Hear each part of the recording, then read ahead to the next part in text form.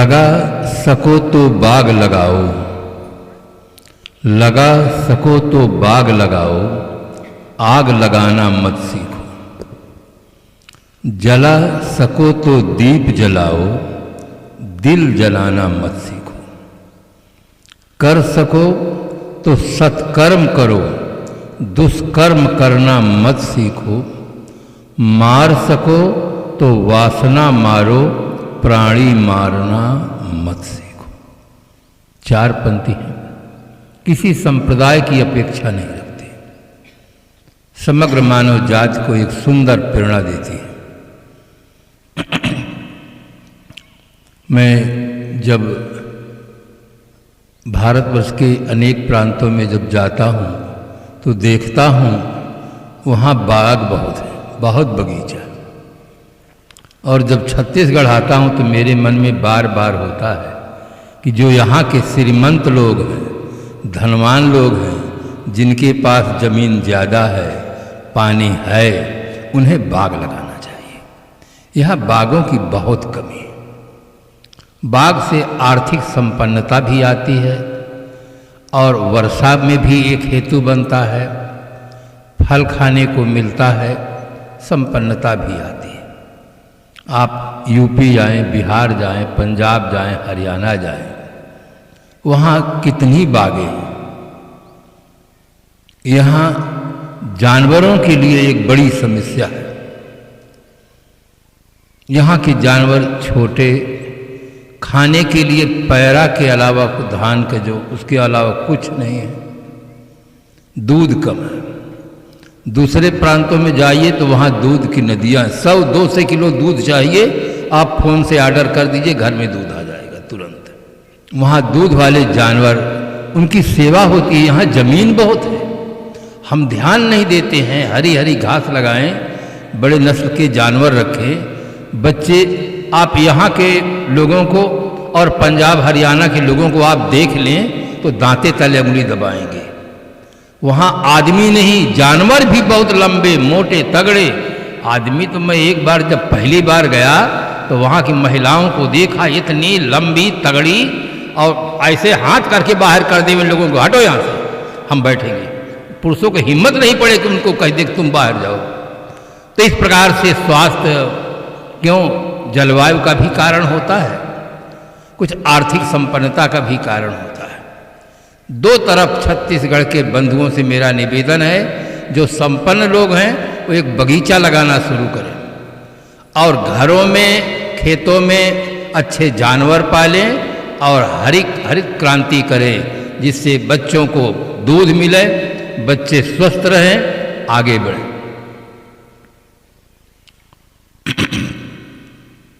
संत सम्राट सदगुरु कबीर साहब उत्तर प्रदेश की प्रसिद्ध नगरी काशी में हुए। आप एक महान, वैराग्यवान, क्रांतिकारी संत हुए। 2 टूक की भाषा में कहने वाले किसी महापुरुष का हम नाम जानते हैं तो उनका नाम है संत कबीर। मैं सच्चे पथ का राही हूँ, कह सकता दिन को रात नहीं, ईमान बेच दूं टुकड़ों में, ये मेरे बस की बात नहीं। बिल्कुल साफ साफ कहने वाले महापुरुष सदगुरु कबीर साहब थे। उनकी मौलिक कृत बीजक है। बीजक में आपने कहा, मानुष तेरा गुण बड़ा, मांस न आवे काज, हाड़ न होते आभरण, त्वचा न बाजन बाज। उन्होंने सारे संकुचित विशेषणों को हटा करके मानुष शब्द का प्रयोग किया। उन्होंने और कुछ नहीं कहा कि हिंदू तेरा गुण बड़ा, भारतीय तेरा गुण बड़ा, पुरुष तेरा गुण बड़ा, ऐसा नहीं कहा। मानुष तेरा गुण बड़ा। मनुष्य के अंदर जो गुण है, उन गुणों के नाते मनुष्य महान है। शरीर में जो मांस है, हड्डी है, कोई काम में नहीं आता, चाम का कोई बाजा भी नहीं बनता। किंतु जो गुण है, गुणों के नाते हजारों वर्ष व्यतीत हो जाने पर भी महापुरुष हो, सती साध्वी देवियों का हमारे दिल में स्थान बना हुआ है। और उसी स्थान के नाते हम उनके मंदिर में मूर्ति बनाकर श्रद्धा सुमन समर्पित करते हैं, गुणगान गाते हैं, पूजा करते हैं, संकीर्तन करते हैं, केवल उनके गुणों के कारण। आज लोग रावण की मूर्ति बनाकर पूजा नहीं करते, कंस की मूर्ति बनाकर पूजा नहीं करते, चाहे वो राजा रहे हो चाहे कोई भी रहे, जो गुणवान रहे उन्हीं की मूर्ति पूजा होती है। इसलिए सदगुरु कबीर साहब ने एक बहुत सुंदर ढंग से कहा कि मानुष तेरा गुण बड़ा। आज एक प्रश्न उठता है कि मनुष्य किसे कहते हैं। पहली बार जब मुझसे पूछा गया मनुष्य की परिभाषा, तो उसके संबंध में मैंने खोज करना शुरू किया। मननात् मनुष्य, मनन करने वाले प्राणी को मनुष्य कहते हैं। संसार में जितने शास्त्र हैं, जितनी भाषाएं हैं, इन सब का मनन करने वाला जो प्राणी है उस प्राणी को मनुष्य कहते हैं। दूसरे दार्शनिक ने परिभाषा दी कि बाह्य उपकरणों से काम लेने वाले प्राणी को मनुष्य कहते हैं। बाहरी उपकरण साधन से जो प्राणी काम लेता है उस प्राणी का नाम मनुष्य। तीसरे दार्शनिक ने कहा बुद्धिजीवी प्राणी का नाम मनुष्य है। जो बुद्धि विशेष से काम लेने वाला प्राणी है उस प्राणी को मनुष्य कहते हैं। चौथे दार्शनिक ने कहा मनुष्य एक सामाजिक प्राणी है, समाज में जन्म लेता है, समाज में विकास करता है, समाज में पर्यवसान भी होता है। पांचवा दार्शनिक कुछ ऐसे ढंग से कहता है, उसने कहा कि हंसने वाले प्राणी को मनुष्य कहते हैं। संसार में केवल मनुष्य ही ऐसा प्राणी है जो हंसता है। हंसने का सौभाग्य और किसी प्राणी को नहीं मिला है। जो प्राणी संसार में हंसता है उस प्राणी को मनुष्य कहते हैं। एक दार्शनिक ने लिखा चरित्रवान प्राणी को मनुष्य कहते हैं। सबकी अपनी अपनी जगह पर परिभाषाएं ठीक है, किंतु सबसे अधिक गंभीर परिभाषा है जिसने लिखा चरित्रवान प्राणी को मनुष्य कहते हैं। मकान के मूल नींव है, नींव के आधार पर पूरा मकान खड़ा रहता है। न्यूयॉर्क में 120 मंजिल के मकान पाए जाते हैं। अमेरिका में 100 मंजिल के मकान तो बहुत मिलेंगे। अब आप सोचिए 100 मंजिल के मकान को देखने के लिए हमें ऐसे पूरा गर्दन खड़ा करना पड़ेगा, और उसकी नींव कितनी मजबूत होती है। आज अगर हम 4-5 मंजिल का मकान बनाना चाहें, नींव कमजोर हो तो मकान गिर जाएगा। मूल आधार नींव है। इसी प्रकार से मानव जीवन का मूल आधार चरित्र है। आदमी के पास धन हो, बल हो, पद हो, प्रतिष्ठा हो, केवल चरित्र भर न हो तो सेंट्रल जेल की हवा खाना पड़ेगा। चाहे उसके पास जितना वैभव हो, जितना बल हो, चाहे जितनी बुद्धि हो, कुछ भी उसके पास हो, चरित्र भर न हो तो वह आदमी अच्छा आदमी नहीं कहा जा सकता, सज्जन नहीं कहला सकता है। इसलिए इस दिशा में संत सम्राट सदगुरु कबीर का ध्यान बहुत ज़्यादा गया। इसीलिए उन्हें कहा मानुष तेरा गुण बड़ा। मनुष्य के अंदर जो मानवीय गुण हैं, इन गुणों के नाते मनुष्य महान है। जिन्हें हम भगवान कहते हैं, अवतार कहते हैं, देवी कहते हैं, देवता कहते हैं, उनमें भी यही बातें थी। सतावे जो गरीबों को उसे शैतान कहते हैं, गरीबों की करे रक्षा उसे भगवान कहते हैं। हविस की हविस इंसान को हैवान बना देती है। हविस की चोट इंसान को इंसान बना देती है। अगर हविस से बचे जीवन भर तो इंसान को भगवान बना देती है। इंसान ही भगवान बनता है। चाहे महाराज श्री राम को ले, चाहे महाराज श्री कृष्ण को ले, चाहे बुद्ध जी को ले, चाहे महावीर स्वामी को ले, जिन महापुरुषों के जीवन में भगवान की उपाधि लगी है वे सब इंसान ही थे। इसलिए इंसान से बढ़कर दुनिया में कोई नहीं। धरती तल पर सभी प्राणी होते, केवल आदमी भर नहीं होता तो दुनिया में एक भी किताब नहीं होती। चाहे वो वेद हो, कुरान हो, बाइबिल हो, गुरु ग्रंथ साहिब हो या अन्य ग्रंथ हो, दुनिया की सारी पुस्तकें मानव मस्तिष्क की उपज है। किंतु धार्मिक समाज में यह लोग श्रद्धा से मानते हैं कि हमारी पुस्तक अपौरुषेय है, ईश्वर वाणी है, आकाशीय है। आज के इस वैज्ञानिक युग में भी ऐसे लोग हैं जो कहते हैं कि हमारी पुस्तक आकाश से आई है। आकाश में कोई प्रेस नहीं है कि वहाँ से छपकर पुस्तक नीचे गिर जाएगी। जो पढ़े लिखे लोग हैं वो सब जानते हैं ओष्ठ, दंत, तालु, जिह्वा न हो और शरीर में चेतना न हो तो स्वर व्यंजन का उच्चारण ही नहीं हो सकता। पुस्तक लिखने की बात तो बहुत दूर हो गई। पुस्तक, सारी पुस्तकें, सारे ग्रंथ मानव की देन है। अगर धरती तल पर सभी प्राणी होते, केवल आदमी भर नहीं होता, तो दुनिया में एक भी मंदिर नहीं होता, एक भी मस्जिद नहीं होती, एक भी गिरजाघर नहीं होता, एक भी गुरुद्वारा नहीं होता। मंदिर, मस्जिद, गिरजाघर, गुरुद्वारा का बनाने वाला आदमी है और मंदिर की मूर्ति को बनाने वाला भी आदमी है। मंदिर की मूर्ति में प्राण प्रतिष्ठा करने वाला भी आदमी है। मंदिर की मूर्ति के सामने हाथ जोड़कर श्रद्धा सुमन समर्पित करने वाला आदमी है और नाराज हो जाए तो तोड़कर फेंक देने वाला भी आदमी है। इसलिए मानव तू सबसे महान। अगर धरती तल पर आदमी नहीं होता तो दुनिया में एक भी संप्रदाय नहीं होता। सभी संप्रदायों के मूल में आदमी है। अगर धरती से आदमी विदा हो जाए तो राम और अल्लाह दुई पहले विदा हो जाएंगे। राम और अल्लाह कहेगा कौन? इनकी जरूरत किसको? पक्षियों की जरूरत नहीं, पशुओं की जरूरत नहीं और कह भी नहीं सकते। इसलिए आदमी से बढ़कर कुछ नहीं। वेदव्यास जी ने घोषणा की और कहा, गुह्यम ब्रह्म तदिदम ब्रवीम नहीं मानुषात् श्रेष्ठतरम ही किंचित।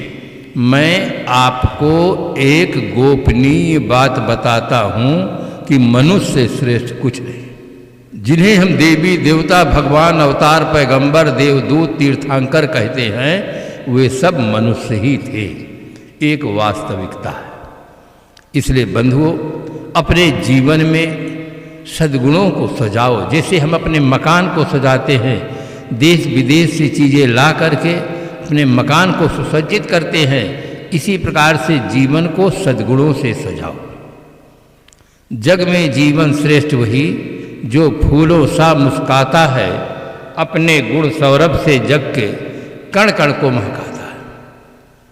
हर आदमी के अंदर वो क्षमता है, वो शक्ति है, किंतु प्रसुप्त रूप में। चोर से चोर आदमी होगा, उसके अंदर भी दिव्य संस्कार भरे पड़े। माल चोरी का है, जब चोरी का माल बांटते हैं तो अपने साथियों से कहते हैं ईमानदारी से बांटना, गड़बड़ नहीं करना। माल सब चोरी का, वो समझते ही ईमानदारी बहुत बढ़िया चीज़ है, क्योंकि हम सब मिलके किए हैं तो बराबर बराबर मिलना चाहिए। ईमानदारी का गुणगान करते हैं। एक पत्रकार था, कॉलेज में पहुंचा, कॉलेज के बच्चों से पूछा कि जब छुट्टी हो जाती है, किसी लड़की के साथ छेड़खानी करते हो, तुम्हें कैसा लगता है? कहा बहुत अच्छा लगता है। कहा मान लीजिए जो छेड़खानी करने वाला है वो ऐसा व्यक्ति है और जिससे छेड़खानी कर रहा है वो तुम्हारी बहन है और तुम पहुंच गए हो, तुम्हें कैसा लगेगा? कहा गोली मार देंगे। कहा जिससे छेड़खानी करते वो भी तो किसी की बहन है, किसी की पुत्री है। ये आदमी के अंदर अच्छाई के संस्कार हैं कि दोहरा मानदंड रखता है। अपने लिए कुछ और सोचता है, दूसरे के लिए कुछ और सोचता है। यही उसकी भूल हो जाती है। मानव मात्र क्या चाहता है? सुख। किसी भी देश का आदमी हो, कोई भी भाषा वाला हो, किसी की भी आराधना करने वाला हो, उसे पूछिए आपको सुख चाहिए कि दुख? एक ही उत्तर देगा कि मुझे सुख चाहिए।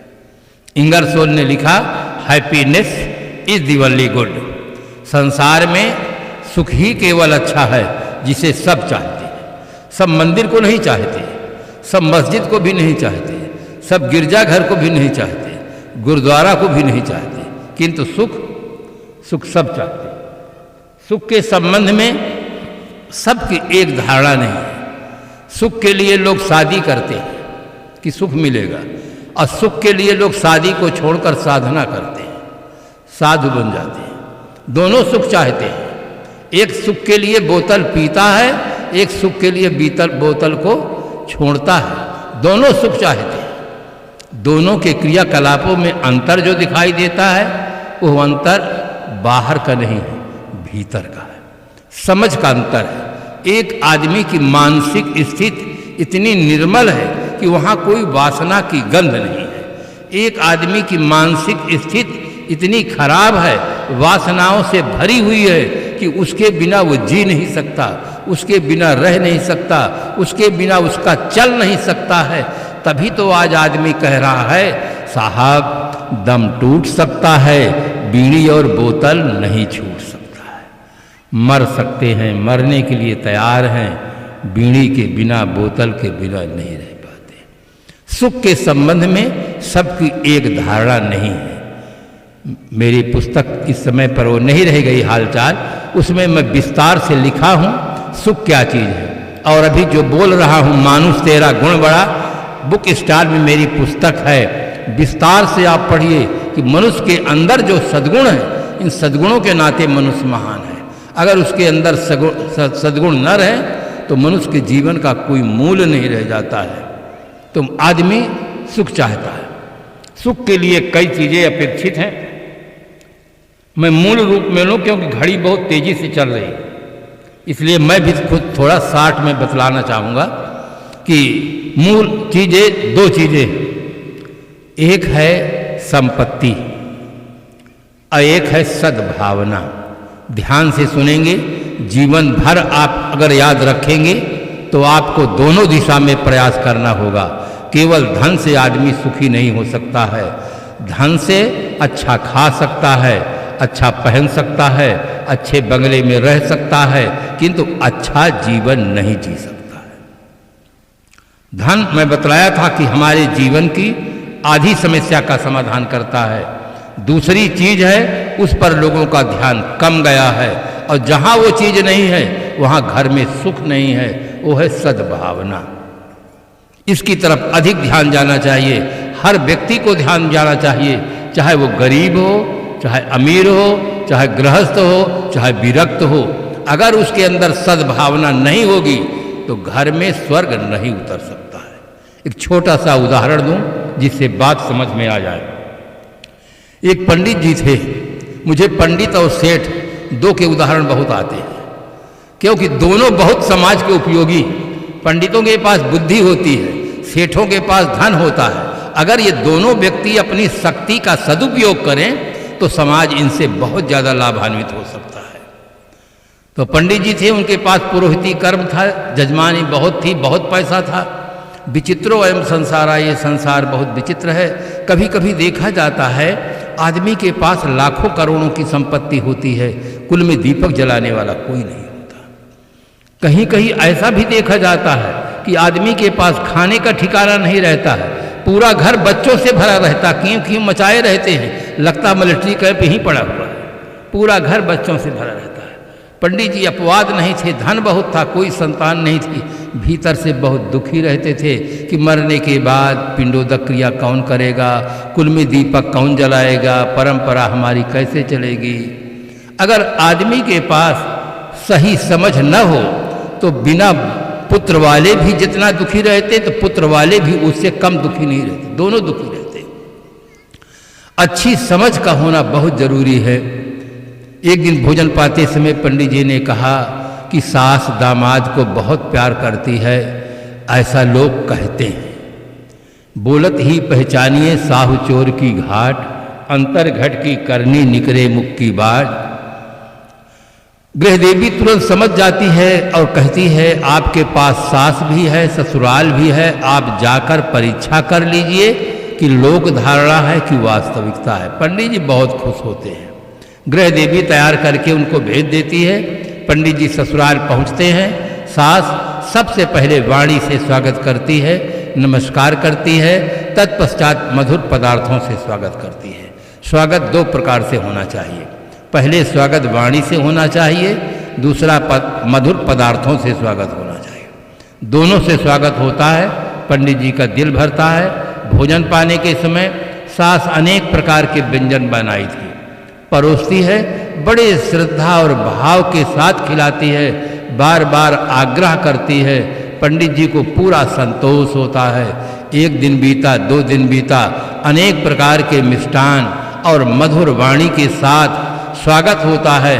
पंडित जी का पूरा दिल भर जाता है कि वास्तव में सास दामाद को बहुत प्यार करती है। लोक धारणा नहीं है, वास्तविकता है। तीसरा दिन विदाई का समय आ गया। विदाई का दिन बड़ा कारुणिक दृश्य हो जाता है। सास के आंखों में आंसू आ जाते हैं, पंडित जी के भी आंखों में आंसू आ जाते हैं, किंतु विदाई देना जरूरी है। सास बहुत सुंदर घी के 9 लड्डू बना करके रखी थी, पंडित जी को देते हैं। पंडित जी ले करके नमस्कार करके घर आते हैं और चेहरे में प्रकाश है। जिस आदमी की समस्या का समाधान होता है, चेहरा गुलाब के फूल की तरह खिल जाता है। जिस दिन परीक्षा फल ज्ञात होता है, आप गेट पर खड़े हो जाइए, किसी से मत पूछिए। जो पास होगा उसका चेहरा दूसरा होगा, जो फेल होगा उसका चेहरा दूसरा होगा। चेहरे से पता चलता है कौन पास है कौन फेल है। Face is the index of mind. चेहरा अंतःकरण का मार्गदर्शक होता है। चेहरे से पता लग गया। किंतु गृह देवी पंडित जी से कहलाना चाहती है कि आप ससुराल गए हैं, वहाँ से आ रहे हैं, आप बताइए। लोक धारणा है कि वास्तविकता है, सास दामाद को बहुत प्यार करती है। पंडित जी हंसते हुए मुस्कुराते हुए कहते हैं, वास्तविकता है, सास दामाद को बहुत प्यार करती है। ऐसा बतला करके घी के 9 लड्डू वाला झोरा उठा के गृह देवी को दे देते हैं और कहते हैं, देखो रात्रि के भोजन में 5 लड्डू मैं खाऊंगा और 4 लड्डू तुम खाना। गृह देवी कहती, ऐसा नहीं हो सकता है, आप तो वहाँ से खा करके आए हैं, मेरी माँ ने दिया है, मेरे लिए दिया है, इसलिए 5 मैं खाऊंगी और 4 आपको दूंगी। पंडित जी कहते, ऐसा नहीं हो सकता है, 9 लड्डू लाने का श्रेय तो मुझे प्राप्त है, अगर मैं नहीं जाता तो ये 9 लड्डू मिलते कैसे, इसलिए लाने का श्रेय मुझे है, 5 मैं खाऊंगा और 4 तुम खाना। उसने कहा, ऐसा नहीं हो सकता है। उसने कहा, देखो अगर मैं यहाँ नहीं होती तो मेरे माँ से आपका रिश्ता जुड़ता कैसे, आप जाते कैसे मेरे माँ के पास। मूल तो मैं हूँ, इसलिए मैं 5 खाऊंगी और 4 आपको दूंगी।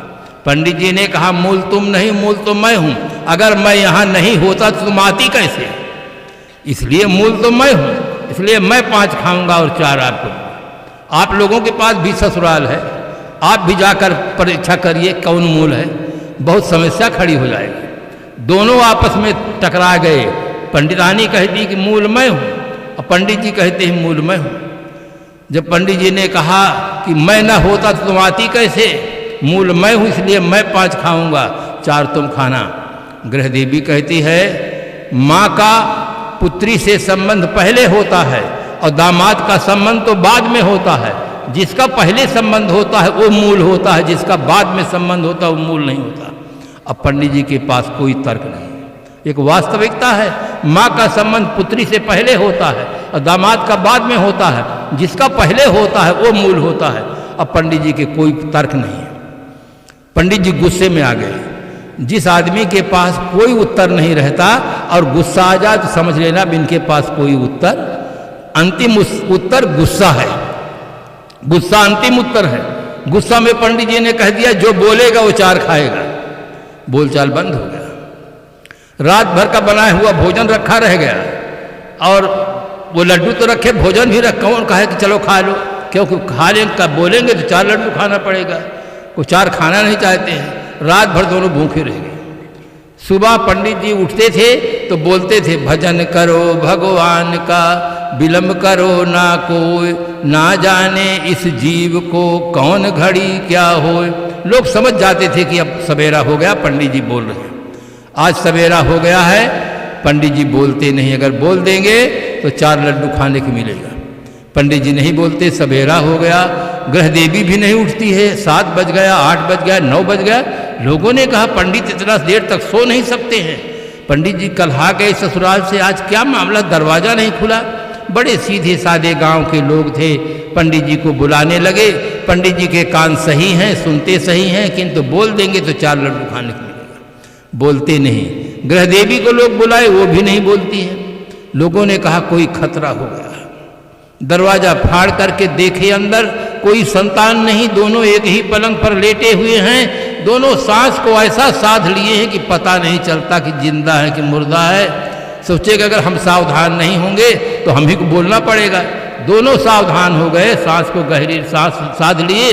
लोग बड़े दुखी हुए कि ये पंडित हैं, कभी ला पढ़े थे दा पढ़े ही नहीं, लेना जानते हैं देना दिए नहीं, इनका धन भी बेकार हो गया, जिंदगी भी बेकार हो गई, इनके परिवार में कोई है भी नहीं, और ये मुर्दा पड़े रह जाए गांव में तो अच्छा नहीं है। लोग मीटिंग किए और कफन लपेट करके शमशान पहुंचा दिए। अभी भी दोनों नहीं बोलते हैं कि बोल देंगे तो 4 ही लड्डू खाने को मिलेगा। जब आग लगने की बात लोग करने लगे आपस में, तब ग्रह देवी सोचने लगे कि मेरे सिर में बड़े बड़े बाल हैं, आग लगेगी तो पहले मैं जलूंगी, पंडित तो बाद में जलेंगे। तो ग्रह देवी अचानक जोरों से कहती है, लो तुम 5 खाओ मैं 4 खाऊंगी। सब लोग 9, 2, 11 भाग खड़े हुए कि भूत प्रेत बन गए हैं। लड्डू का नाम तो लिया नहीं, तुम 5 खाओ मैं 4 खाऊंगी। सब भाग खड़े हुए। पंडित जी दूसरे सरपंच जी से मिले, अपनी राम कहानी सुनाए। तब पंडित जी घर पहुंचे। लोगों ने धिक्कारा कि जिस पत्नी को पाने के लिए तुमने बैंड बाजा बजवाया, लाखों रुपया खर्च किया, इतने दिन तक पंडितानी के साथ रहे, एक लड्डू नहीं छोड़ सके, एक लड्डू के कारण से मरने को तैयार हो। ये तो अच्छा हुआ आपकी पत्नी बोल दी, नहीं तो हम आग लगाकर फूंक देते, तुम्हारा सब पड़ा रह जाता।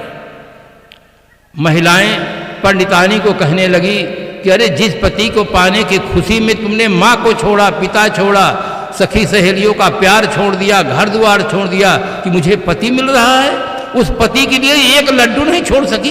अरे लाने वाला तो तुम्हारा पति ही था, एक लड्डू वही खा लेता तो क्या घट जाता है। अगर आदमी की भावना अगर बिगड़ जाती है तो घर में महाभारत चालू हो जाता है। महाराज श्री राम के घर में क्या हुआ है? कैकेयी की भावना केवल बिगड़ गई कि मेरे बेटे भरत को राज मिलना चाहिए, राम को वनवास। दशरथ जी ने कहा कि मैं भरत जी को युवराज बनाने के लिए तैयार हूं, राम वन गमन की अपेक्षा तुम दूसरा वरदान मांगो। किंतु कैकेयी ने, मंथरा ने ऐसा भर दिया था कि कैकेयी महाराज दशरथ के वाणी पर कोई विचार नहीं करती है।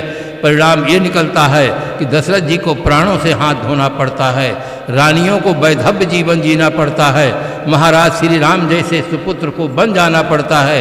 पूरी अयोध्या नगरी में हाहाकार छा जाता है, केवल एक आदमी का भावना स्तर गिर जाने का दुष्परिणाम है। महाभारत में केवल दुर्योधन की भावना स्तर गिर जाने का दुष्परिणाम है कि 100 भाई सब मारे जाते हैं और कुछ उनको नहीं मिलता है।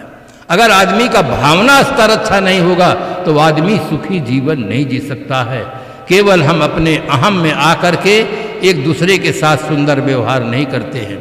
पत्नी का कर्तव्य है कि पति के प्रति समर्पित भाव से सेवा करे, और पति का कर्तव्य है कि पत्नी की भावनाओं का आदर करे।